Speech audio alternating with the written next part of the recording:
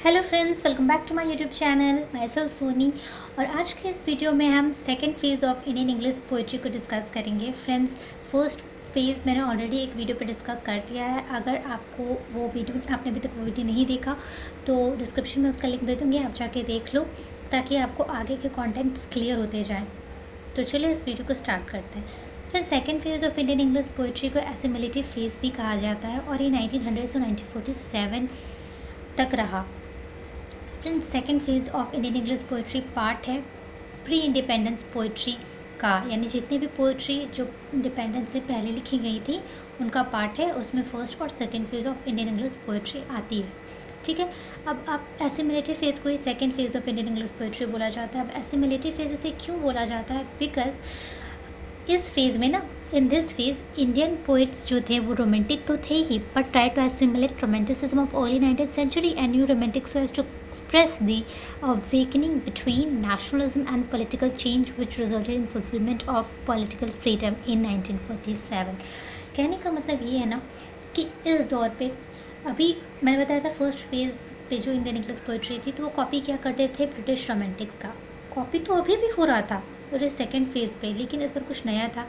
नया क्या था कि इस बार न्यू रोमांटिक आइडियाज़ और कुछ और नए आइडियाज़ को भी ऑब्जर्व किया जा रहा था, उसको ऐड ऑन किया जा रहा था। इसीलिए हम इसको एसिमिलेटिव फेज़ कहते हैं। जो आइडियाज़ को इसमें ऐड ऑन किया जा रहा था ना, उसके वजह से पता है क्या हो रहा था? नेशनलिज्म बढ़ रही थी, लोग जागरूक हो रहे थे, अपने हक के लिए लड़ना सीख रहे थे और उनको नॉलेज हो रहा था नेशनलिज्म के बारे में, पॉलिटिकल चेंज जो ब्रिटिशर्स इंडिया में करना चाह रहे थे और फ्रीडम का नीड क्यों पड़ा हम लोग को, इसका भी जो ज्ञान पोएम्स ने लोगों को करवाया। मैंने पहले बताया था पोइट्री एक बहुत ही अच्छा वे बना इंडियन इंग्लिश पोइट्री लोगों को जागरूक करने का।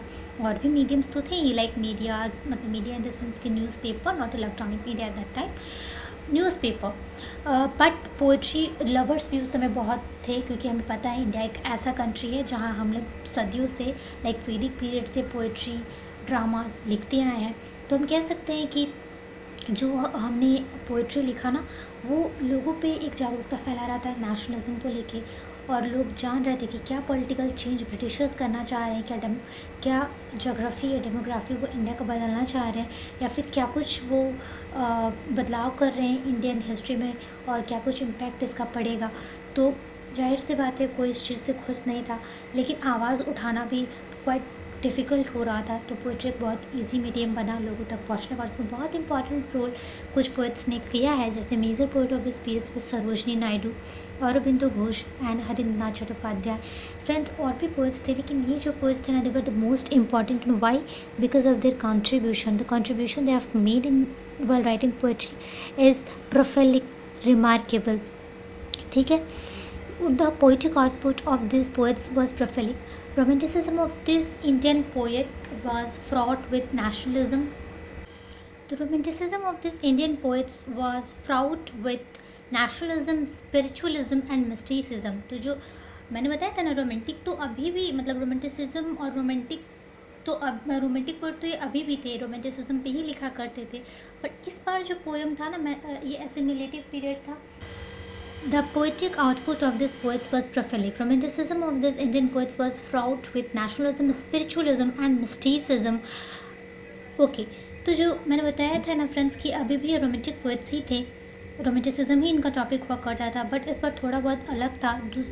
इस पर अलग क्या था ना कि इस पर नेशनलिज्म की, इस पर फीलिंग लाने की कोशिश की गई थी, स्पिरिचुअलिज्म के बारे में बात किया गया था, और मिस्टिसिज्म लाइक मिस्टेरिकल थिंग्स के बारे में भी बहुत ज़्यादा बात किया गया था। While Aurobindo's was the search for divine in man and nature. जब अरबिंदो घोष जी ना लिखा करते थे पोएम, वो रिलेटेड होता था डिविनिटी, दिव्यता, आदमी, उनके नेचर, लोगों की दिव्यता पे हुआ करता था। एंड टैगोर जी का ना was the quest for beautiful in man and nature.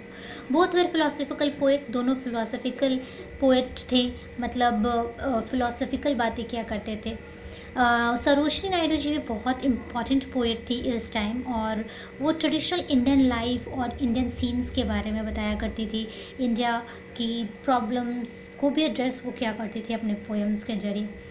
Now, the poetry written in the colonial period with a view to establish Indian identity by Indian poet was a explosion, or rather outburst of emotion. जो poetry लिखा गया ना colonial period में with a view to establish Indian identity. इन poems में ना एक feeling होती थी तो नेशनलिज्म की और एक इंडियन आइडेंटिटी इस्टेब्लिश करने की, खुद की पहचान, इंडियंस की पहचान, क्योंकि ब्रिटिशर्स पूरा कोशिश कर रहे थे इंडियंस को दबाने की।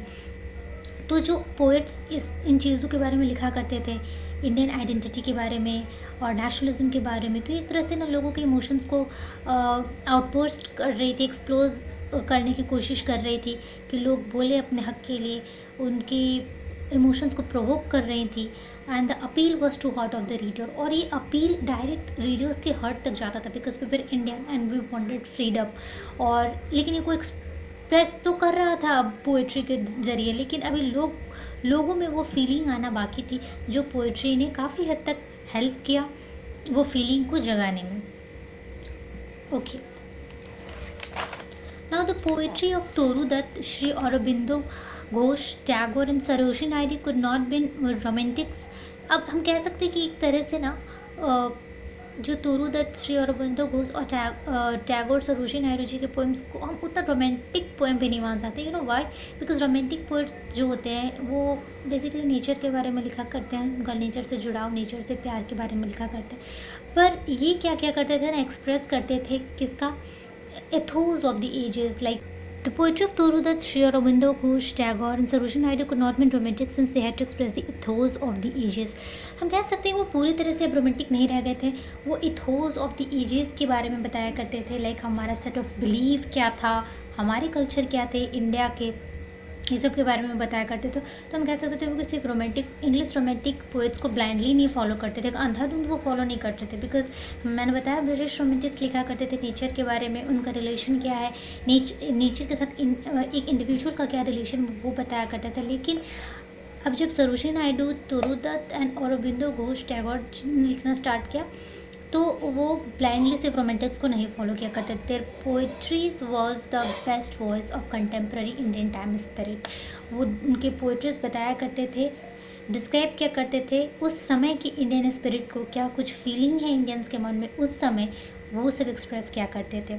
तो इस तरह से पोइट्री ने बहुत इम्पॉर्टेंट रोल प्ले किया है इंडियन इंडिपेंडेंस में भी, हम कह सकते हैं बहुत ही साइलेंटली प्ले किया है। जैसे कि हम जानते हैं